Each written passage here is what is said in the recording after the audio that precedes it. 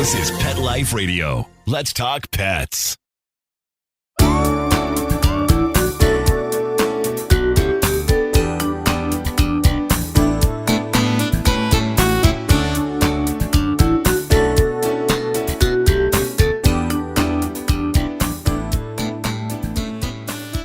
Hi, welcome to Rappaport to the Rescue. I'm Jill Rappaport.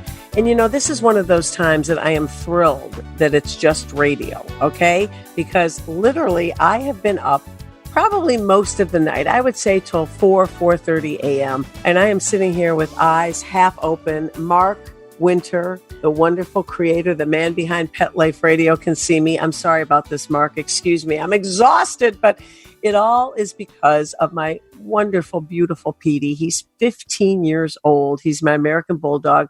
Sadly, he's suffering from cancer, but happily, and I say this in the truest form, happily, he's doing well today. You can only be grateful for every day you have. Here he is, 15 years old, you know, a really difficult cancer, and he's able to eat and to kiss me and to wag his tail and to show me love. But at night, he is a little more anxious. He also suffers what's called sundowner syndrome, which in a minute we're going to have on our wonderful Bill Berloni. He'll explain that to you. So it's basically they can't differentiate between night and day. So he has trouble sleeping at night. So that combined with his medical condition, you know, makes him a little stressful at night. And of course, I want to be with him. And so I'll go downstairs and I rub the edges of his ears, which is like a very good massage for dogs. And I kiss his nose and I give him ice cold water, which he absolutely loves. I have a fan on him, the air conditioning. I massage his feet, his paws. This dog gets treated much better than people. And let me remind you that if a person did this to me, if a person woke me up every 15 minutes, can you get me this? Can you get me that? I can't sleep. I might be a little ornery, but for my dogs, never. It's never an inconvenience. It doesn't matter that I'm up all night. I love them so much. I would do anything. So again, thank you listeners for not being able to see me. Mark, I'm sorry again. He's looking at me now. I'm very tired. And when we come back, my partner in crime, the Jill Bill section, Bill Berloni, we will address sundowner syndrome, and we are going to have a very special guest coming up, comedian Ana Gasteyer. Stay tuned.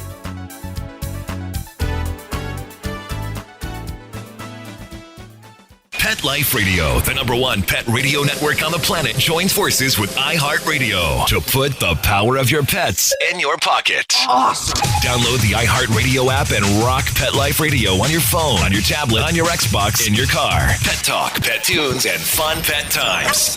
Pet Life Radio and iHeartRadio. Positively Possum.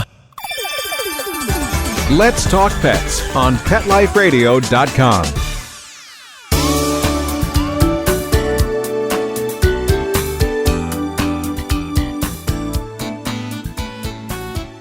Hi, welcome back to Rappaport to the Rescue. I'm Jill Rappaport. He doesn't listen. He never did.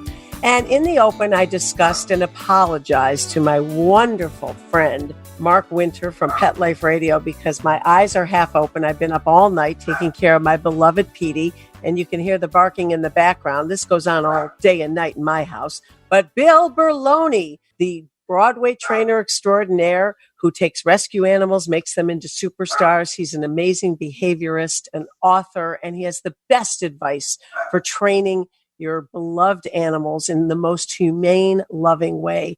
And Bill, my apologies to you because I'm talking with my hands over my eyes. I haven't slept a wink, but I started to touch on something very interesting, this sundowner syndrome. I was up all night with him, and I was told a few months ago to try melatonin, which obviously humans take, and it's supposed to help with our sleeping patterns, especially, you know, at night. If you can't sleep, it's supposed to be like a nice, you know, natural way of sedation, you know, a non-prescriptive way of helping us relax and go to sleep. And all my vets said it's great and fine for dogs. So Petey's oncologist, who's taking care of him while he's battling this disease, said, why don't you try a very light dose? He weighs almost 80 pounds, but start out with 3 milligrams of melatonin. Then you can increase to 6.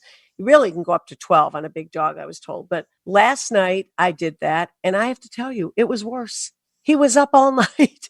Yeah, every time I would tiptoe upstairs thinking he was now starting to snore and he would be good for a couple hours, I'd hear woof, woof, woof.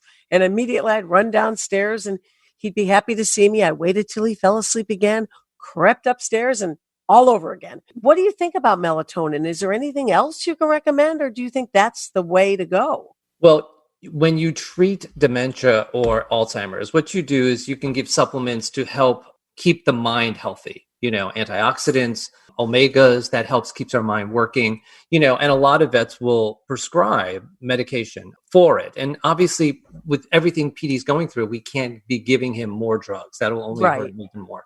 But in addition to melatonin, there are some other natural things we can do. Number one, phototherapy. One of the things they think is that, as the sun goes down, our dogs start getting confused. They don't understand. And so they suggest leaving the lights on full tilt all night long. That's helped some dogs not get confused by the change in the light.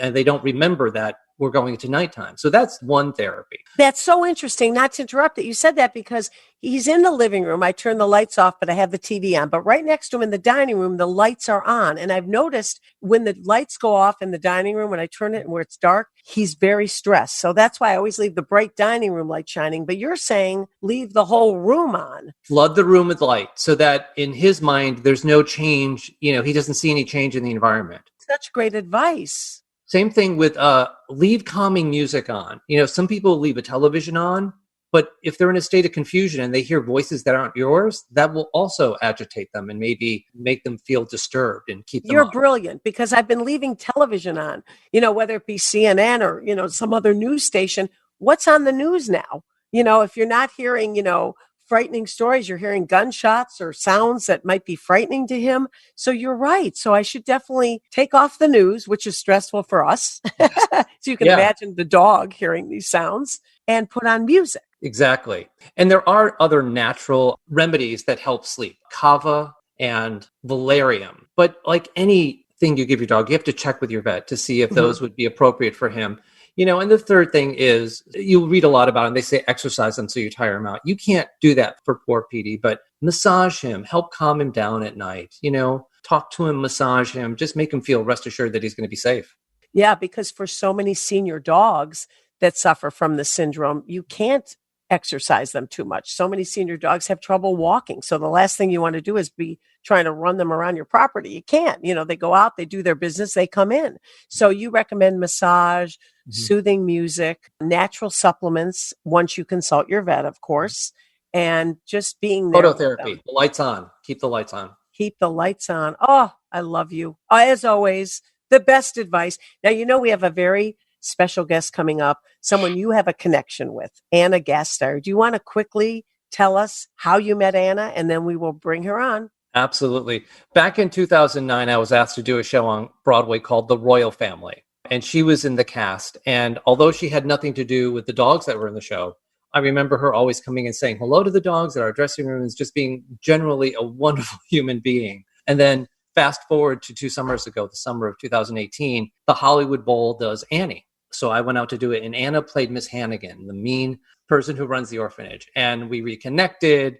We talked about dogs. Her family were there. They all hung out with us in our dressing room. So I just know her as a real dog lover and a wonderful human being. That is so interesting. You have so many great connections with these people, through their pets. And coming up, we are going to hear from Ana Gasteyer in a moment. Stay tuned.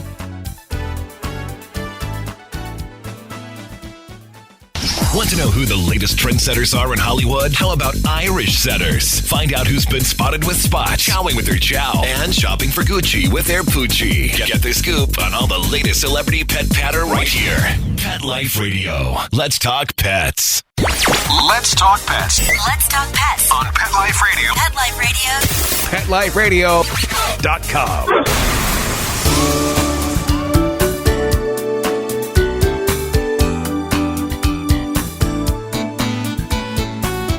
Welcome back to Rappaport to the Rescue. I'm Jill Rappaport, and we are joined now with the wonderful Ana Gasteyer. You know her. She was on 6 seasons of SNL. She's an actor, a singer. She's been on sitcoms. She is so talented. I want to hear about the singing because I had no idea. I've heard a little story. You are really good. And Bill was telling us about your Christmas album. So Anna, welcome. Thank you. Hello. Nice to have you here. And of course, you know Bill Berloni. You guys go back, and we all share our commitment and our passion to our pets.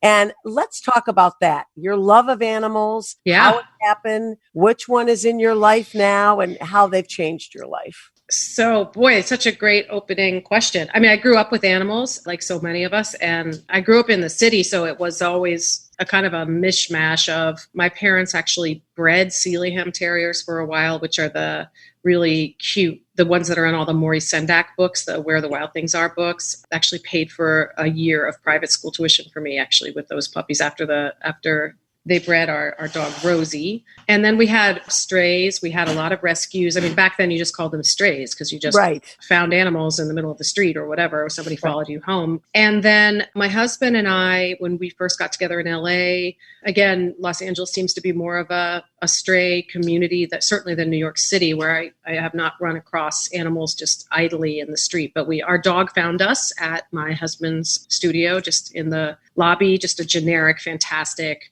our first child, so to speak. And then likewise on a film set, a cat who we thought was really old and starving and who had a collar, but who a bunch of the women, it was a house, it was a set. So like a bunch of the women who were working in the props department basically eventually went over and found who they believed to be the owner. And she was a drug addict. She was just like completely out of it and not really, she was like, oh, he's sometimes my cat, he's sometimes not. So we sort of intervened and that kitty came home. And again, I thought he was old. I said to my husband at the time, I was Charlie, my husband now, but at the time I said to him, I think that cat's really, really old. Like, I think he's, his fur was like mangy, and we took him to the vet and he was only like a year, but his body was so sort of like beat up. And we ended up having that cat truly had 9 lives, as they say. Survived the LA earthquake, jumped out from the second story window of our apartment, got hit by a car. I mean, all kinds of things, but he lived for 15 years. So that was, he was a great long love of our life cat.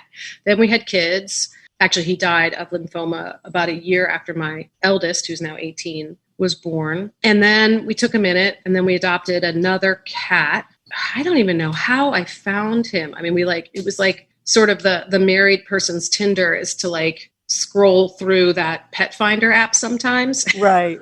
Well, what I love is that as a child, you came from a family that was very involved with breeding. Now, today, so many people, breeding's like a 4-letter word to a lot of people. Yeah. To me, we like, and not that there's not wonderful breeders out there. There's a lot of very reputable breeders. It's just, I'm all about rescue and adoption. And look how you've become. And Bill, I mean, we all support rescue and adoption. It's so interesting. How did you realize when that tide turned that rescue was the way to go, and it really became part of I think just because we always had a combination. It wasn't like my parents were like part of the dog breeding community or anything like that. My mom just she saw the Westminster show. She saw this prize winning Sealyham. She loved Maurice Sendak's books, and she was like, I have to have one of those dogs. So that was sort of where that came from.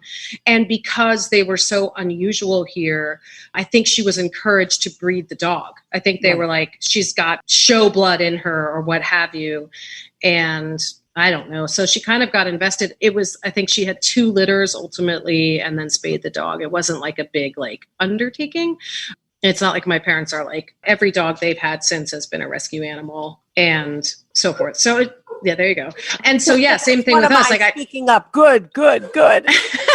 Yeah, it's just never occurred to me to be to do anything but rescue. There's too many animals out there that need homes. I mean, there's plenty of purebred animals, frankly, that people rescue. So you hear about that all the time. I talk about that all the time, that people say to me, I can't get what I want in a shelter. I said, what do you want? You can get anything. And listeners, excuse me, all my dogs are very excited about this topic. They're all chiming in now, as you can hear in the background. But I have to tell you, Bill and you go back due to this love of animals, and your connection is very special. And tell us about that, Bill, because you said that you knew the minute you met Anna, her soul and her love of animals. You had a very special connection. Yes. Remember the royal family? Yeah. Rosemary Harris and that whole wonderful group. And I remember used to stop by and say hello to the dogs. Always. And, a lot of people don't go out of their way to come say hello to the dog. So I just knew then. And then obviously when I saw you again on Annie at the Hollywood Bowl, you said, Bill, can you bring the dog to my dressing room, please?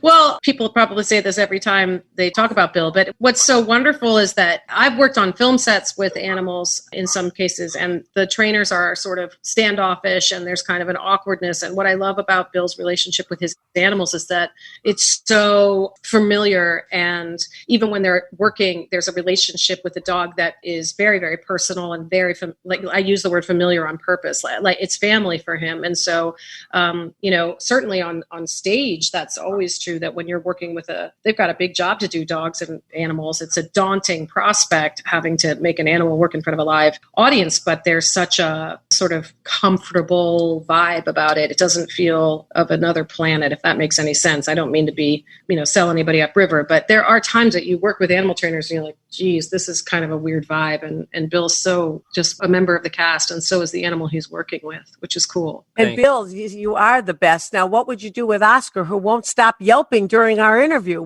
Give me some gentle tips. Oscar, be quiet. What do I do? Put him farther away from the microphone. Would you believe he's in the other side of the house? He's a little dachshund. His voice carries.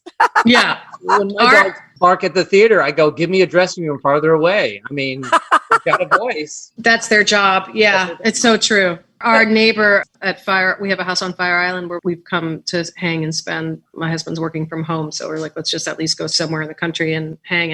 And when we first got here, Gloria, our current dog, is she's a terrier mix, a rescue, and she is vocal. She's incredibly vocal. And, we do what we can, like motivate with treats and so forth and so on. But it's so funny because our neighbor just keeps popping by with like training tools that he thinks might help. And be like, hey, subtle.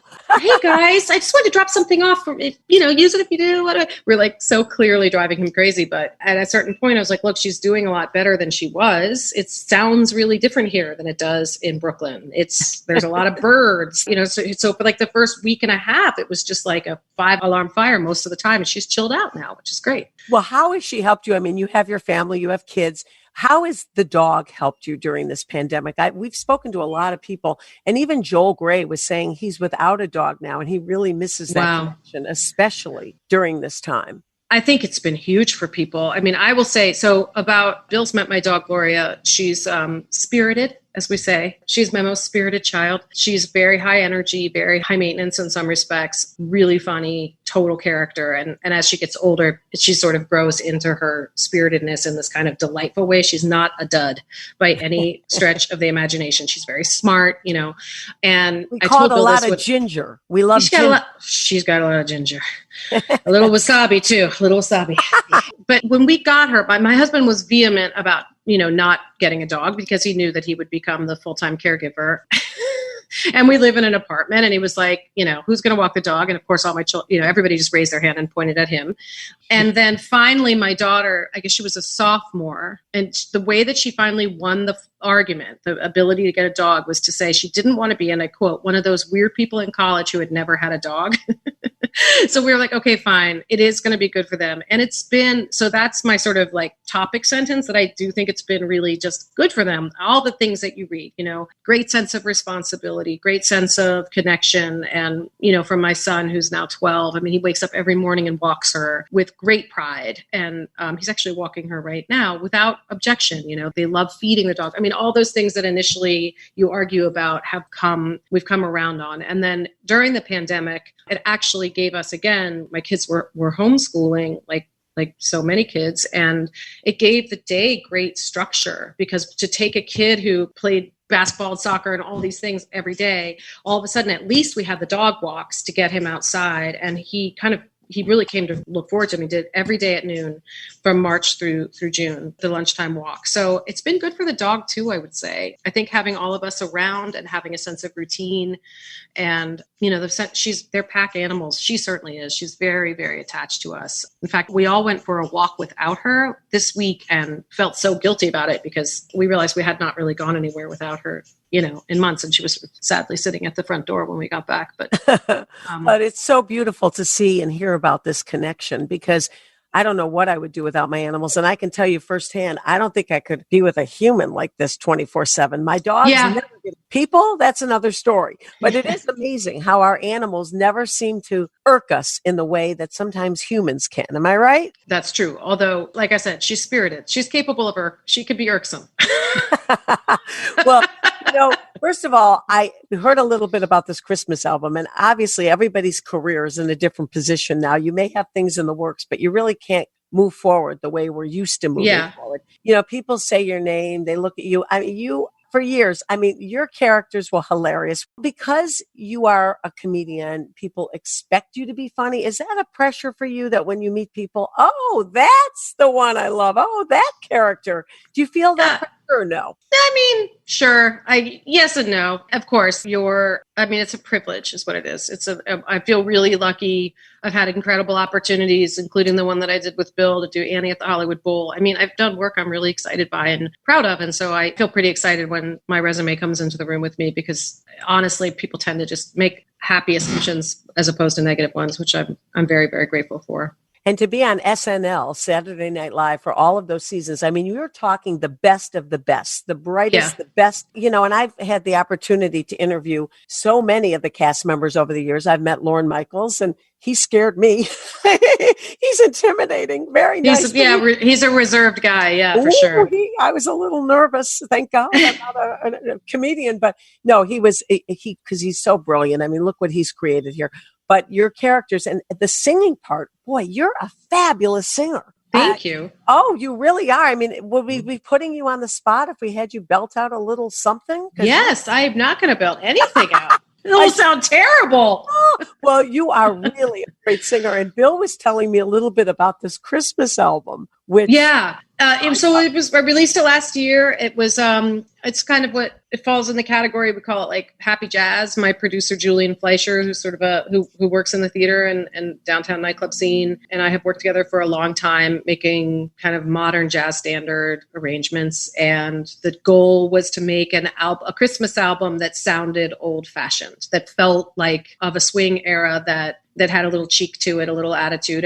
One of the reasons I'm drawn to music from the late 50s and early 60s is because it has so much style and so much humor in it. So it's often lyrically driven. Great American songbook songs are very lyrically driven. And so I'm able to bring my comedy into the music, which is a nice thing. So I don't have to live in these kind of strict lanes of the vocalist and the comedian. It kind of can fall into the same world. And the music, I wrote the title track, Sugar and Booze, and the album's called Sugar and Booze, which is, obviously the best things about the holiday. Although at this point, I'm not sure anyone will be looking forward to it after the pandemic. We've all been eating and drinking so much that maybe. But what else is there to look forward to, right? Animal, sugar, and booze. Exactly. I was going to say, you hit the nail on the head with that title. But it's funny. My husband actually made a rule a long time ago when we would meet new people that he was like, we really can't get close to people unless they like animals, food, and musicals. Like that's sort of the basic rules. If somebody just says like, oh, I hate musicals, like it's right away, I'm like, I don't know what I'm going to talk about with this person, or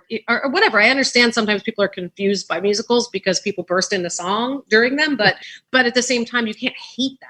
Like that can't. What does that say about you if you hate? It means you're not a fun person.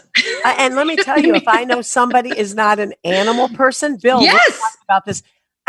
It's very interesting. They don't even have to tell me they're not an animal person. I kind of pick up on that right away. Yeah. There's a different vibe for people that love animals. I've never, ever understood that. Like a complete aversion. Again, it just seems too exclusive. It just makes no sense to me. It seems bigoted. And Bill, don't you feel that way too? When you meet someone, if they don't know who you are initially and the topic comes up, you can tell immediately where they stand. And it's amazing how there is an immediate connection when you know that they love animals. And it just naturally, we're just not connected when they're not animal people, right, Bill? Exactly. And I feel sorry for them. They're lacking a sense of empathy that animal lovers have, and I do. And so, the fact that all our kids should have a pet. So they learn empathy and responsibility and all those good things, that makes them better humans. Teaches them about compassion. and caring. And like you said, they grow up to be better people because they've learned at a very young age how to care for something and how to take care of something. And especially animals in need, when they know they've given a home to an animal that didn't have an opportunity or was waiting in a shelter for years. That's a great lesson for a child.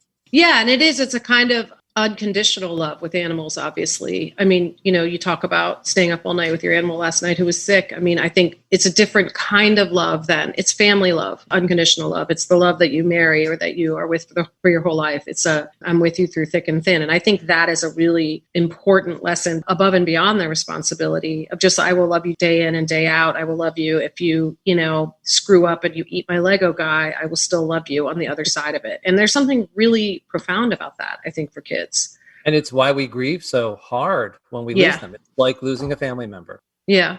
Yeah, not like is. I mean, it is. I lost a pet in March, and there isn't a day that goes by. I always say that when one of your pets goes, definitely a piece of your heart goes with them.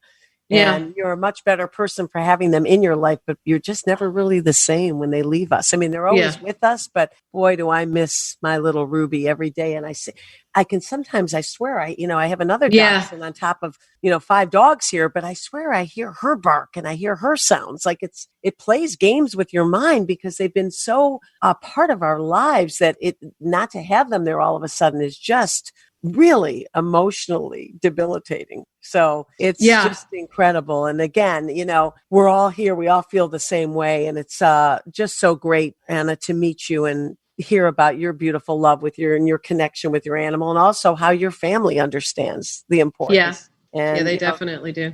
That's so great. I just want to shout out to Anna. There are people who see a dog or cat on the street and walk by. And I didn't know, Anna, that the pets you had before were actually ones on the street that you picked up and took in. I mean, most people will just pick it up and bring it to the shelter, but you saw an animal and stuck with it, not knowing what the future was going to be. I mean, I guess it was naive too, and just optimism. And we have the time and space for that in our lives. And you learn, right? In LA, we had a really mellow pit mix, and then we actually adopted a pretty aggressive one. And so we learned, that's a whole different training strategy. And there's different relationships with just like kids. Like some kids need more structure, and some need less. And the needs are going to change accordingly. No, I actually used to really, before we got Gloria, our dog right now, I used to kind of throw out into the universe. Like, I would love for an animal to come into my life. It's strange. I've only seen one stray cat in my neighborhood ever in New York. It's just not, I think there are organizations, obviously, including the one that we got our first cat from, that help catch feral cats and care for them and things like that. But they're 20 years ago, the feral cat movement really took place in New York, and they've done a great job. Whether you can take feral kittens and rehabilitate them, but most of the adults you have to just trap and release, put them back out. So that's why the cat population is down. Right. But isn't it still so dire? I was told it was like 5 cats to every 1 dog. I mean, it's really still quite a daunting situation with feral cats and kittens. There's just an abundance of them, and that never in New York City. Everywhere. Yeah, I mean, I know, my brother lives in East Lansing, Michigan, and they just adopted. I went to school there. Oh, you did? Yeah, my brother and sister-in-law teach there. So, Michigan State, go State. But they just adopted 2 that, again, just a neighbor had a mama had shown up. And that's how it was when I was little. Like, a mama would show up and just have a bunch of kittens under your porch or whatever. And so they just adopted 2 from that litter. Cause I was like, where did they even come from? They're like, our neighbor, but in New York City, you don't see that as much, I think, as you used to. Well, it's so great what you have done, opening up your heart and your home to these animals. And obviously, Bill, you do this every day. You work with these animals every day. And it's so hard to see these animals in need and want them to get a home so badly. But we always talk about it's got to be the right home. So obviously you've found your wonderful fur angel. Bless you for doing that. And Anna. And I do want to say one more thing just to tag on to what Bill said. And I sort of should have mentioned this to begin with. When my son was little, we were visiting really little, like a toddler. He was very uncomfortable with dogs. We didn't have a dog. There were a couple in our building, but they were small. And we were visiting people with an older dog who was sort of losing his sight and very sensitive. And I should have had a better eye on it, and I didn't. And my son toddled by him, and the dog snapped at him and broke a little bit of skin on his finger. And it was, it definitely fostered a terror of dogs thereafter, which is completely understandable if you're a toddler and you're bitten. And that was actually one of the reasons it was very important to me that we get a dog in our house, because the fear of dogs is a really real fear. And I think people definitely, it's a legitimate fear. They're animals. And if you grow up in a situation where you haven't had a nurturing relationship with animals, it can be scary. And so I'm really glad that we sort of saw it through, because our dog, as a puppy particularly, was really mouthy, and sort of learning to work with her and to adapt to that and to kind of learn the rhythms of how when she's snappy and when she's not. It's been really good for my son. And now he's such an overt dog lover. But I feel grateful for that, because I think without that, he would have grown up very, very afraid of dogs. Oh, and not only that, what about the message that, you saw a problem and you addressed it and you dealt with it, instead of just saying, oh, this dog isn't for us, and throwing it back into the shelter system. And, you know, these animals, look, the most important thing that it's not about a home, it's about the right home, but you got to give them a little time. I always tell people, when you walk into a shelter, the dog you see sitting there crouched, scared at the back of the cage is not the animal you're going to have 2 months from now in your home. You need to give them a chance to get adapted, to get acclimated, just like you would anybody, any human being. So people sometimes give up too fast. And there's nothing worse than an animal that's been discarded over and over again, that wasn't given a proper chance. Right, Bill? Because that just puts more fear in them and damages them more, and makes it harder for them to get adopted the next time. Right, Bill? Exactly. And that's why also, I want people to go to shelters where they have some background on the dogs and can actually give you the advice to help make that match, so you don't have to, it's not a blind guess. No, it's great advice. And again, I cannot thank you both for being here. Obviously, every week, Bill Berloni is with me, Ana Gasteyer. It is a pleasure to have you here. You are just as wonderful as what I've thought and seen on television. Even though I couldn't get you to sing, I'm going out to get Rhythm and Blues. Listen, it's all on Spotify. I won't make any money. Just go enjoy it. Oh, well, it's great to have you here. And again, I'd like to thank everyone for joining us on Rappaport to the Rescue. And as I always say, everybody, stay positive. Let's Talk Pets, every week on demand, only on PetLifeRadio.com.